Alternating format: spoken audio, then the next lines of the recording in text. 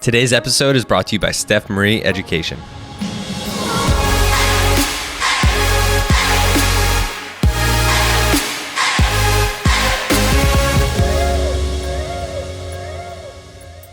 Hey guys, welcome back to another episode of the Second Society podcast. Thank you for joining me as I sit down and talk with incredible filmmakers, photographers in the wedding industry all throughout the world. Today, I sit down with Josh Helton from A Little Long Distance. He is a great friend of mine, an even better human being, and I believe that he is one of the best pioneers when it comes to storytelling in the filmmaking industry.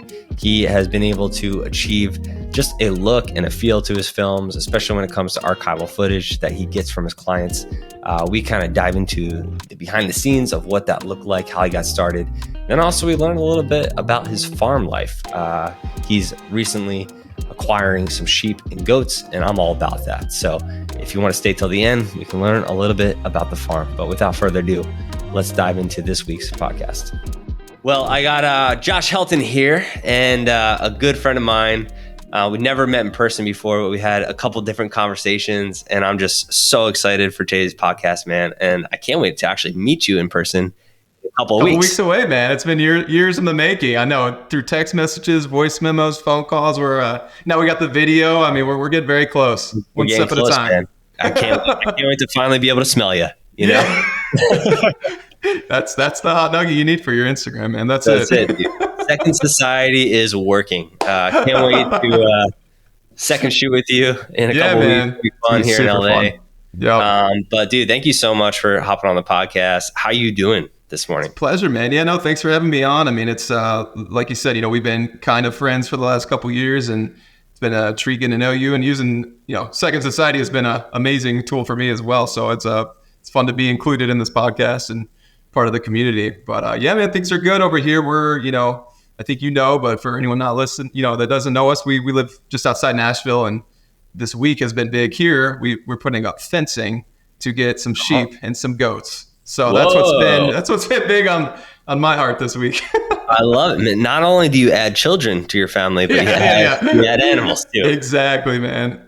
All sorts of beat hearts around here. So we're that's what's been going on. We've been catching up on some edits, and my kind of busy season will start off really next weekend, Easter weekend, and then the week after with you. So we're I feel like coming off of I feel like I get that kind of month or two there in February and March where I can kind of work on the business a little bit, be a little present with it. And the other times are usually a little more go. So it's been fun kind of just getting back to square one, kind of reevaluating a lot of our processes and our approaches and stuff, and feel like I'm, kind of ready to launch into the season next weekend. So cool, man. So kind of give me an idea of what that looks like for you. I mean, you're getting sheep and goats rather than the new Sony A7 IV. You know what I mean? So totally, man. What's kind of your plan with all that? Totally. Well, we've dreamt for quite some time of having, some bigger animals. It's been a dream of ours, and just kind of the, raising our own food and try to be outside, be connected to a lot of things that, society's lost connection with over the years. And that's, because Jess and I did not grow up that way. We grew up in suburban neighborhoods, and as we started having kids, we have 4 kids now, and as we just kind of notice, how kids are naturally made, what they're they're given the best childhood they can, it kind of involves some of these things. And so we've had chickens and gardens for some time, and done some little orchards and all this stuff on a very amateur level. Of course, this is just kind of for fun, and obviously to juxtapose all the time I have to spend in here editing. I love to, just love to get my hands dirty, be outside as much as I can. And so, the sheep and goats, I mean, that's kind of just if we can raise them for meat or have them meat, I mean, I'm guessing there's a good chance they turn into pets at some point as well. But just that, I mean, if you see kids around animals, it's just that just makes sense. It's just, they should be doing that instead of watching TV all day. Just part of the lifestyle we're going for, man. Got to be outside as a family as much as we can. Work hard, have fun. I love that, man. Yeah. And you got 4 kids. Day one, they're gonna name them, and they're gonna be pets. There's no way it's going to the freezer. No chance, I don't think. Well, I mean, I brought you on here because not only are you a leader in the industry, but just because of your heart for people, for your family. I feel like you have a good head on your shoulders. I love what you're doing, not only in your business life and your personal life, but want to kind of just dive into the business side of things for a second. And, I think a lot of people that know you for one thing, and that is storytelling. And if you don't know Josh or A Little Long Distance at all, his films just transcend the noise of the wedding industry, and they stick out like a sore thumb in the best way possible, because you just grab the heart of the viewer within just a few seconds. And one of those things would definitely be archival footage that you get from the bride and groom. I would love to kind of hear just your process. Like, when did you start doing that? How'd you come up with that idea? And then actually hear the process of how you talk to your couples and kind of tell them like, hey, this is something that I do and would love to see if you have it. Totally. Yes, man. Well, so Jess and I, we started our business right after we got married in 2013. And I'd been doing wedding films with a buddy for about a year, but we were going to like launch A Little Long Distance with our own wedding film.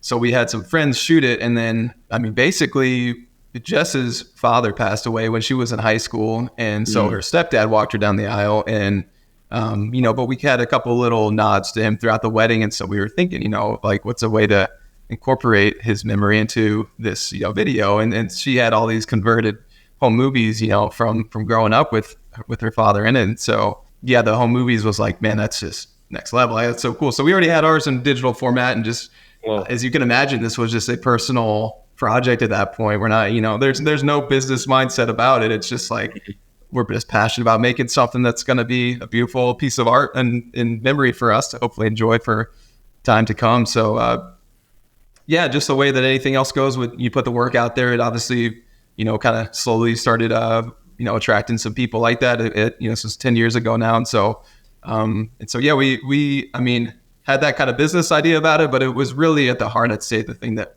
drove it was like, it was just completely in tune with who Jess and I both are. There's so much about Jess and I that are completely different, in terms of our personalities and temperaments, some stuff like that. But like what we fell in love about and over and connect on is like, for Enneagram listeners, we are Enneagram 4s, have connection at the 4 level, in the sense of feel very deeply about things, like want to kind of find that unique space in our hearts to feel the weight of life and all that. And so nostalgia is something that seems to really again make our hearts kind of beat and get excited. And so that just felt like, when I'm sitting down to edit, the thing I get most excited about is when I can get these couples to send me some of this footage over from them growing up. I'm like, I get more excited about that than my like sunset portrait session with them. Like, I feel something. I know I shot this okay and it looks pretty, but like when I pair these shots with them on their wedding day, it's just like, mind blowing to me. It still is. So yeah, early on it was a hustle to get people. It was like, you telling people just what he said, box everything up and send it to me. I was converting all the home movies myself, all the high millimeter stuff, like mini DV, VHS, DVD, whatever it was. I was like, just send it. I'll figure it out because I want to put this in your wedding film. So obviously a bit of a labor of love at first, but we do love it. So now we have them, at this point, 10 years in, couples obviously are generally coming to us for that aspect. So we just have a partner, kind of like a place we refer them to go have it converted now, and then they can easily get that in digital form for us, and just send us like a Google Drive link. I almost feel bad because I'm like, I know how much work they're doing to pull this wedding off and planning and working jobs, and they're like, we want this element so bad. Like we're flying out to my parents this weekend and like digging this up. Like we're gonna find it, dig it up, send it out. Like we want this. So it's cool to see when they they connect with it. And you obviously got to build it first for them to see what it can be. But when they do, yeah, there's like people that do connect with it too. And not all of our weddings do it. But most of them do. And those are the ones that we are trying to go that direction more to kind of have that every time. But with the way that you kind of operate your company, I know that a lot of this like storytelling aspect is so important. And obviously I've been able to shoot for you a couple of times. Is, your wife kind of shooting with you most of the time, or do you find that you're always kind of hiring a second shooter to be with you, or is it just yourself? Totally. Yeah. We have second shooters with every package. But that's definitely been a big shift for us because 4 or 5 years ago, started phasing out to just doing video. So Jess would second shoot some, but she started wanting to be home more with the kids. She kind of wanted to step out of the business, like, and I would say 90% of our weddings have been travel. I think being a smaller company, it's hard to have somebody that's like, hey, feed you 5 weddings a year. You got to block off these weekends and travel this place. Yeah. So I had never found somebody for the right fit for that. So I spent, several years like where, dude, it would just be, I don't know if you've done the same. I don't know if this is the heart behind Second Society, but for us, it was this like, straight up, it'd be like, all right, I guess I'm getting on the not.com and going to just start looking through like 5-star vendors on there, and then like Facebook groups, like posted on Instagram. And of course, I generally wouldn't even think about it. I would like, be like 3 weeks out from a wedding and be like, oh crap, I guess I'm going to get this. And it'd be a busy season, so there wouldn't be many people to pick from. And man, it was just such a headache. And I generally more times than not settle for something that was not great quality anyhow. And I'm just like doing it to have a second shooter there, basically, and not going to use anything they did. Yep. And honestly, that's when it was like amazing when he pitched the idea of Second Society to me a couple of years ago, when you were starting it up, because I was like, dude, I'm sure you remember us talking. I was like, that is just such a hole. Like, I could use that, man. Please go do it. And I'm telling you, it has been awesome since I've had it, because I didn't really know what to expect when I first started putting stuff on there. But I was like, of course, I want to, I would love for this to succeed, to make my life easier too. Whenever we post on there, man, almost every single person that applies, each time we do post something, we get, 4 or 5 inquiries at least, and they're, all like high quality too. Because I think seems like you have a good like vetted like system set up of people that are getting on there, are serious about it, on both ends of looking to 2-second shoot, and it just streamline the process so much for me to go in there and spend 2 minutes, type in the gig, and just say, I'm looking for somebody to do this, do that. And then there's like applicants. It's amazing. I just get to sit there and look right there. It's like as if, if you told me this was 2 or 3 years ago, I would have, said it's too good to be true. I got to Google for 3 days straight and like reach out to tons of people and even ask if they're available. And so, yeah, man, I'm really pumped about what's happening with the app, and it's been really good to us. So thank you for all. I'm sure you put in lots of behind the scenes hard work the last couple of years, but it's been a real blessing to our life for sure. So cool, man. I'm curious of like, what was just your navigation with that, from posting the job to being able to talk to them? Like, kind of tell me the whole experience from beginning to end and what that looks like. Yeah, for sure. Like I said, it's obviously you got a very quick and easy setup to. This was probably, so what happened was maybe a month ago. I was like, I got these spring weddings coming up, and I'm like, all right, it's time to start looking. So I took, 10 minutes and posted 3 different jobs on there in South Carolina and Arkansas, like the middle of nowhere, Arkansas. I was like, how am I going to find somebody? This is the middle of nowhere, Arkansas, this wedding that I'm so excited about, but it's like 2 hours from Little Rock. It's just literally not. I'm like, nope, I'm not going to find anybody. So I was like, well, let me give this a shot. So I fill these out, and then honestly, I got so many applicants in the first week or two that I didn't even look through them for like a month. And I felt bad. I just kind of let people hang in, because I was like, well, I got my inbox full here of, people that have said they kind of, I feel like I kind of first see a good note about what they're, hey, either I'm familiar with your work, or like, and would love to help out. I kind of have this and this gear. I'll just have a little, list going of kind of the vetting process of trying to figure out who I think is going to, serve best as a, compliment to what I'm trying to do. And we'll message maybe a couple times through the app, hey, this good. We'll kind of sort out the hourly rate, what gear they have. And then from there, it'll pretty much be, all right, you good? Like, I'll send you a contract, fill that stuff in, add in any other little things there. You can see it executed and locked in, and know we're good to go. And I'll reach out to them closer to the date. So yeah, dude, it's made it, crazy streamlined for us, which has been very nice. I don't know. I'm sure you did kind of, intentionally curate it, but it just seems like the community of people on there is all really high quality humans and talented people, man. I'm like, when I go to Second Society, I always get that experience of like, holy cow, there are like amazing filmmakers I've just never heard of that are out there everywhere. Yeah. It's like, dang, that is awesome that they want to help me out. And that's exactly the whole reason why I built it. Because same thing, like I was looking for a wedding in San Jose, and I was like, surely there's somebody sitting down at their computer right now waiting for me to hit them up.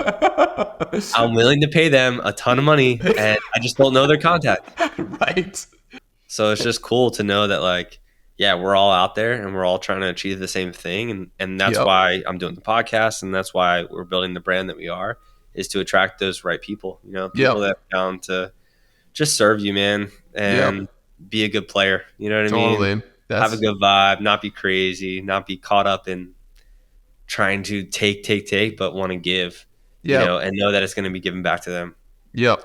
Well, you're doing something right, man. That's definitely what you're curating there. It's a good community.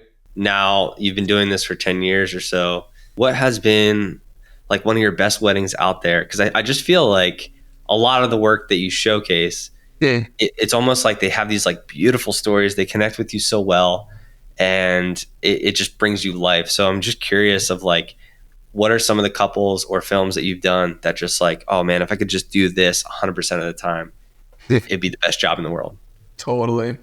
I think a real moment for us in the, was this last summer. We got to actually do this wedding in Italy. And it was cool that it was in Italy, but it had more so, I think, to do with the couple in the sense of, they kind of gave us a vision, I think, of what our ideal kind of wedding and couple and all that is for it just felt like the perfect blend of our approach and style. And I wouldn't say this wedding was high end as you mean it that way, but they had fantastic taste. I mean, every detail was thought through, right? They valued, the nice things. And at the same time, we're just, so down to earth, so relaxed, so humble. Like, had no feel of a production to it at all. I mean, this was it's very much like wanted to have that homegrown backyard vibe, family retreat feel, but within the context of an elevated experience. And we find that, couples that are kind of looking for something like that our style, our approach seems to meet them a lot, because they're often looking for something, very documentary, candid, like different, just not, they don't want it to feel produced at all. Like they're specifically, telling us, we just want it to be the real moments. Like we don't want to get posed, anything like that. Like last year we had a couple that were through the planners, and I was just like, man, this feels like a get in and kind of get it done wedding. Just get it done. But all the ones this year, I'm like, I'm going to pour my whole self into every single one of these. Like, because these couples rule. So cool, man. So like, are you doing anything like specific that you're like, oh man, I really feel like this one thing really helps me attract not only the type of client that I want to film or these destination weddings, but also like they're connecting on a deeper level. You know what I mean? Where it's like my spirit and the way that I live and my values and all of a sudden are also theirs too. Yeah. Is that something that you found you put out there? Like, do they see that side of you? It's a good question. I mean, I think so. I mean, I think, we don't put a whole lot of our, when you talk very specifically of our personal life, we do put some of that out there. I don't think that's I think people appreciate that. I don't think it's a huge reason people are booking. I think specifically that we do, now that I'm thinking about it, like the stuff we are showcasing just through, social media, man, I don't even think I posted on Instagram in 3 or 4 months. Like, I'm not the best person to talk about with that, but the stuff we do put out is, I think, geared toward that kind of blend of what I'm talking about when I describe that wedding of, emotional, heart on sleeve, kind of the peak moments of our films that are just getting to the meat of what we're trying to do. And again, kind of naturally going to showcase that kind of the context it's in too. I think that's been interesting to learn about, because I'm not myself as much drawn to aesthetics or details or things like that. I'm generally drawn to humans and people and faces. And, Jess is a little more inclined to notice some of those things. She's very, able to appreciate some of those details and aesthetics. But I think realizing, again, from I knew in principle the whole idea of what you put out there is, what comes back. But I just feel like I've seen it in a clearer context now to see, people knowing like, oh, if this person, friend of a friend that I know booked this person and they did a great job, then I know that person has great taste. And so that's the guy then. Yeah. And I think sometimes in those circles, it kind of works that way where, I just trust this particular, this bride in particular has a decent, she posts on social media a lot, but she has like amazing taste and aesthetic. And I just think a lot of these other brides are kind of the same way and value her for that. And so when they see that, so I think that's been kind of just interesting to learn and see that I think most of our work's kind of coming from, we just really got lucky with that wedding. That was just kind of snowball thing over a few years of, she was originally from another bride from a few years back, blah, blah, blah. But, It just goes to show you that like, it doesn't have to be, you have to post on Instagram at noon every single day yeah. and, go viral. I feel like I'm talking to myself here, but like just having to stay up with, the constant noise and, breaking the mold of Instagram and just getting yourself known and being the loudest one out there. It's like, it sounds like what you've done is really focused on pouring your whole self and all of your soul and everything that you absolutely love into your films. Mm-hmm. And then that showcases, you know what I mean? Like Totally, you're making man. sure that 100% of who you are is in your work. And then your work kind of transcends all the noise. Totally. That's a beautiful way to say it. And I don't even know if I would have had the language to say that's exactly what we're going for, but I think you hit it on the head. For me, like Instagram has been a problem in the past of the reflexive, like getting on it kind of thing, right? That we've all been there and done. So, 4 or 5 months ago, I was just like, man, I'm just done. So no more. I don't do social media on my phone anymore. I'm like not on it. It's just not worth it. I mean, you gotta have value. You gotta at some point draw the line, I guess. And I'm like, why do I check this thing every day? And much less, I'm not even posting. I don't even feel like posting. I'm just like out here fiddling around. And it's I would say we're not the biggest like lead generating, company out there. We have no SEO experience. Like we don't know anything about a lot of stuff, but it's been cool to see like you said, I mean, just caring a lot about the films. Those have a way of, making their way to the right people and connecting you to the right people. And we're not trying to book every single couple in the world. I mean, it's funny when sometimes I have to step back and remind myself, like, I just need 13, 14, 15 couples each year in the whole world to connect with what we're doing. I don't have to reach everybody out there. And I think that could be the speed of social media sometimes, is to try to, get us to, go viral or get out there and get our thing in front of everybody. And I'm like, I'm sure we would get some more leads, sure. But for the cost of like my life and my time and taking away my presence from my family and from these films, like, it's not worth it. So we drew the line. And I get that some people got to get out there to, I think it might just work at our point of, once you get the snowball effect of the organic web kind of going enough in your career, I think you can let it ride a little bit and see what happens. But that's where we're at on that.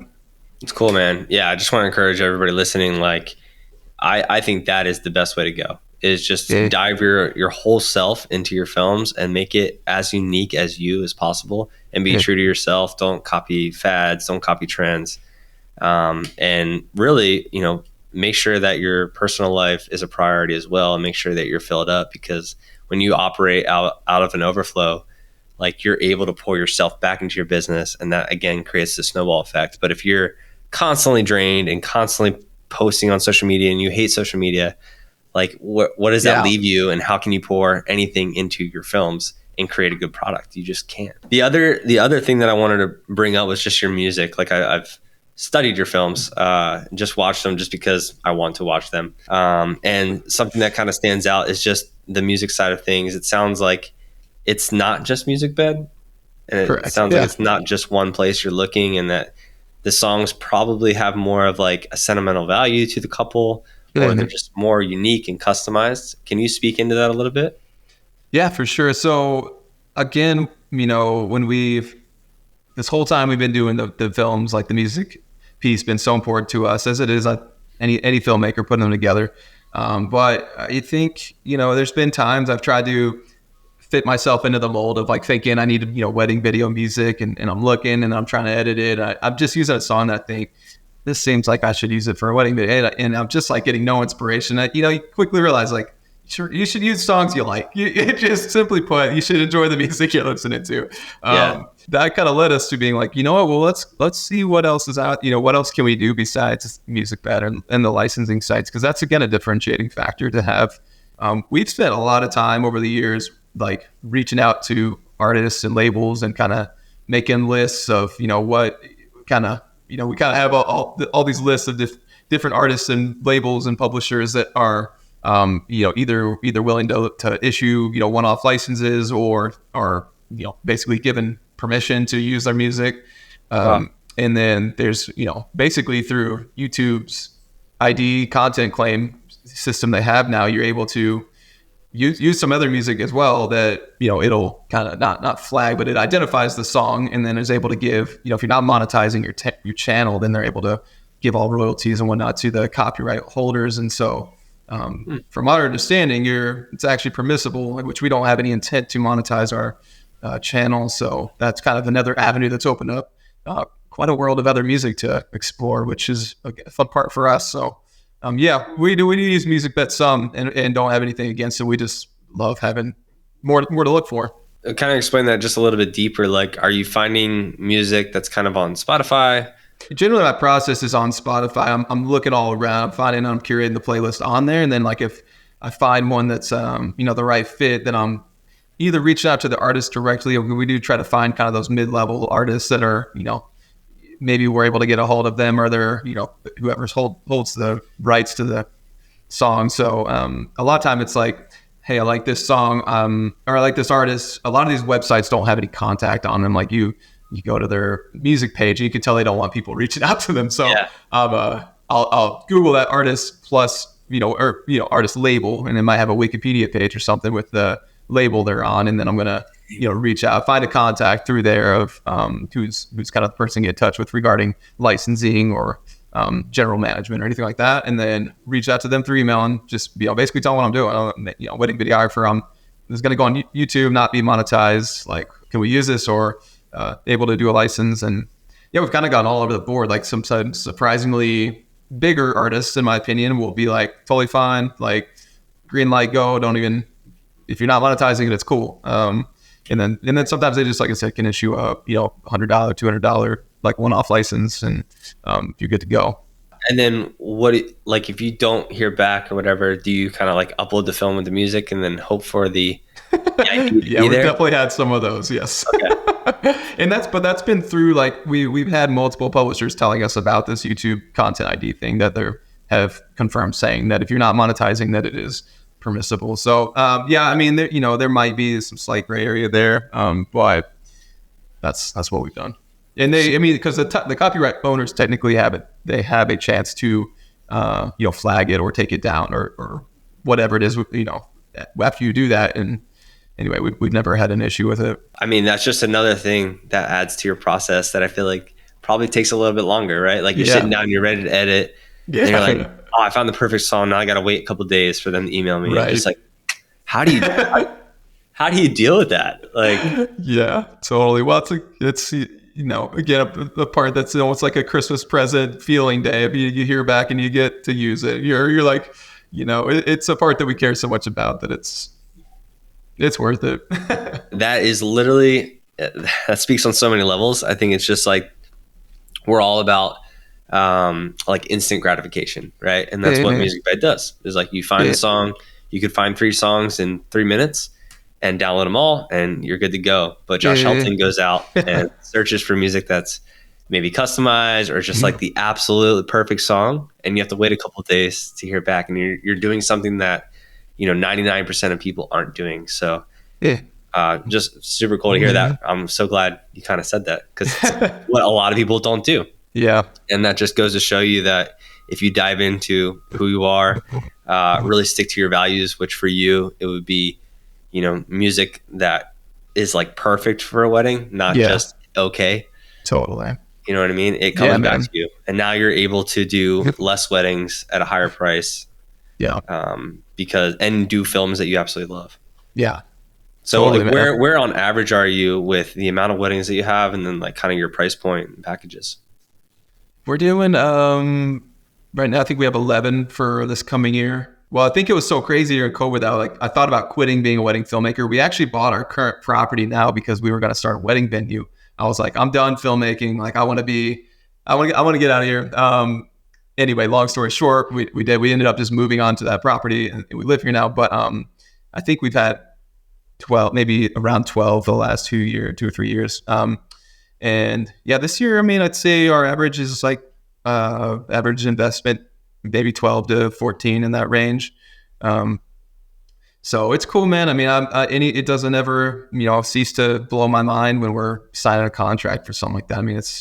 it's just wild. I feel content. Like I feel really grateful and content. And I feel like he'd be saying, I was thinking about quitting a couple years ago. Now I'm like, dude, if I can ride this out as my career, if this qualifies as a career, if I can do this for like 10 more years, 20 more years, like this is pretty hard to beat, man. Cause we're, just the balance and all that is awesome. We think we got 11 for this year though right now, probably aiming for 13 or 14. So cool. I mean, segue into that a little bit. Like you bought the venue for just that use, or were you planning on moving in and living on the venue and kind of running that route? No, we were gonna have it as like stay in our the house we were in. We actually really loved, and so this was about 10 minutes away, and we were thinking, let's like they can use this old farmhouse and like have the weddings in the back, and it's like a cool layout where the vision is still there, but we were just on the property within a couple weeks after closing, and it became pretty evident in our hearts of like, why are we not going to live here, raise our family? This is amazing. Yeah. So we moved out and sold the other place. So how many acres are you on? We're on 36 acres right now. What? Yeah.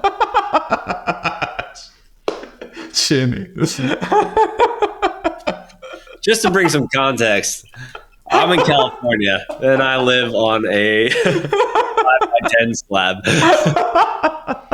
And I'm wondering why I'm stressed out. Right, man. You need that fresh air, baby. God. That's so funny. So you walk 30 acres and you're like, I can do another 6. Exactly. That's me pretty much every day. Yeah.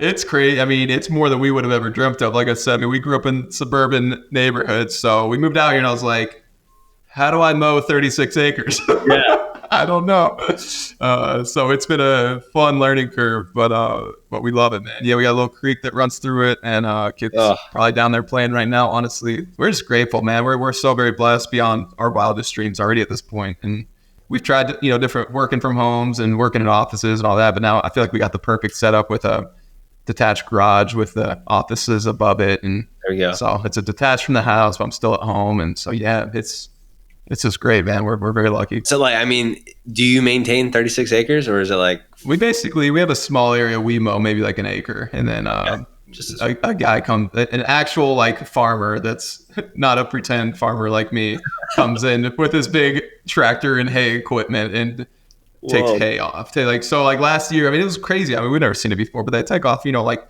98 big round hay bales from our property. So we just got to sit out there, and I've never seen hay made before, so they got kids, which we just all sit out there. That was homeschool for the day. Just watch them, kind of bail these things up, kick them out, and load them up on the trailer. So yeah, he pretty much does that. And but yeah, we just have a kind of a small area close to our house, which is enough. It's like, it still takes me a long time to try to just not overgrow. That's crazy. Yeah. And do you pay him, or does he pay you? It's actually just no money's exchange or anything. It's like he gets the hay for his cows and I get a maintained property. So it works for me. Dang. Look at you. Welcome to the Farmer Podcast. Yeah. For the next 50 minutes, we're going to dive into. You better be careful, Jimmy. I'll get going a little more about this than I will Wellington's probably. Yeah.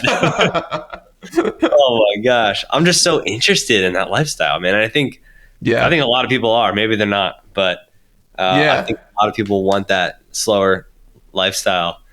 So I guess people do, man. I mean, I feel like we actually get just as much people that reach out about. I mean, like I said, we don't post a lot, but we've shared a little bit about our life out here, and we don't think it's that. I mean, maybe it's just kind of become normal to us, but I feel like we get almost more messages about the lifestyle or the work-life balance or stuff like that than the film sometimes. And it does seem like people hunger for. I don't know. I think humans are just kind of drawn to open spaces. There's something about it, about having a little bit of fresh air and letting you run around barefoot and, be out in nature. I think it just kind of connects with something in our bones. So that's how we feel, at least. Yeah. But it seems like other people do too. Yep. It feels like almost eternal. Like we were meant to just walk the earth without shoes. Totally, man. Yes, I know what you mean. All of a sudden Nike came along and said, "Now you ready?" Like, no, I don't. It's all Nike's fault. Just if we're summing up, we're going to kind of close out here, but we'd love to kind of just hear what work-life balance kind of looks like for you guys, for people that are interested. just in that lifestyle. Me personally, from the little that I've known you, it just feels like you have that like under wraps. It kind of goes back to what we're talking about with business, but you know what's like important to you, and you keep your values and your priorities straight in front of you. You know what's first, you know what's second, you know what's third, and you never deviate from those priorities. And so I would love to kind of just hear what your weekly schedule looks like, or maybe monthly, as a wedding videographer that's full-time in the industry, and kind of how you balance both of those. Totally. That's a great question. I love to wrap up on that. I feel like I need to shed on what some of our early days were, to not to make it known that this has not always been the case, things that I'm like thinking now, like, oh, this feels kind of normal at this point. But the first thing that comes to mind for so much of doing this has been like having a massive backlog all the time. There's multiple reasons for that. Sometimes having 10, 12, 13 edits to work on. And so it was just always that perpetual feeling of, needing to be in there working on it. And wonderful blessing of kids, I think, is they made us step back and think about a little more deeply about like, oh, you know what? Maybe we don't want to like just edit through dinner every night and like edit until we just feel like it till 1 a.m. Like maybe we actually want them to grow up in somewhat of a rhythm and have some family structures. And well, I also read a book about like creative energy, basically, like how much creative output a human generally can have in each day. Most humans like can really only do like maximum output of creative, just ideas for like 4 or 5 hours, maybe tops in a day. And at best, and I was definitely related to that because I think I kind of hung up in that mindset of like, well, I still should work like 9 to 5 like most people, because that's just what you do. And realizing maybe I can really, condense that and actually then like really and know that this job is the best. Like that was kind of during the time I was thinking about bailing out. I'm like, well, why don't I just like highlight the perks that I can have and like magnify those so that we don't, even if I'm having a hard time getting through an edit, like I don't ever doubt that this is like an amazing job, where I get to spend, where it does meet my goals, like you said, where I get to be a present father and husband. I get to be, in for dinner every night. I'm putting the kids to bed every night. I'm not missing that. I get to hang out with my wife in the evenings. And so those were things that, again, in the last few years, it's been like, I don't edit in the evenings ever. My general edit schedule is like 8:30 till maybe 1. And nice. Generally take Fridays as a half day usually.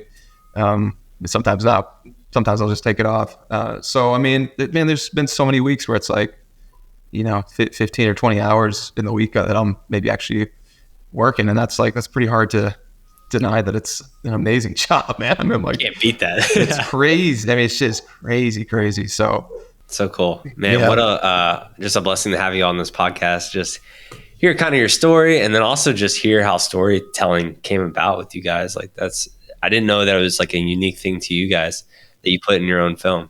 Yeah. So yeah. Don't go finding that film. No, I'm not. Yeah, no. Were you the one that edited it? Or no? Oh yeah, I edited it. Yeah. That's what I'm saying. Don't go find it. Love it. It's not out there. I promise. It's not. Hey, y'all. Thank you so much for listening to this week's episode. If any part of this conversation brought value to you, make sure to hit the subscribe button. Also, if you're not a part of Second Society yet and you're a wedding photographer or videographer, make sure to hop on there and join our community. We are trying to eliminate the pain point of finding high-level lead and second shooters in the wedding industry. Thank you guys again for listening, and I can't wait to hang out with you on the next episode.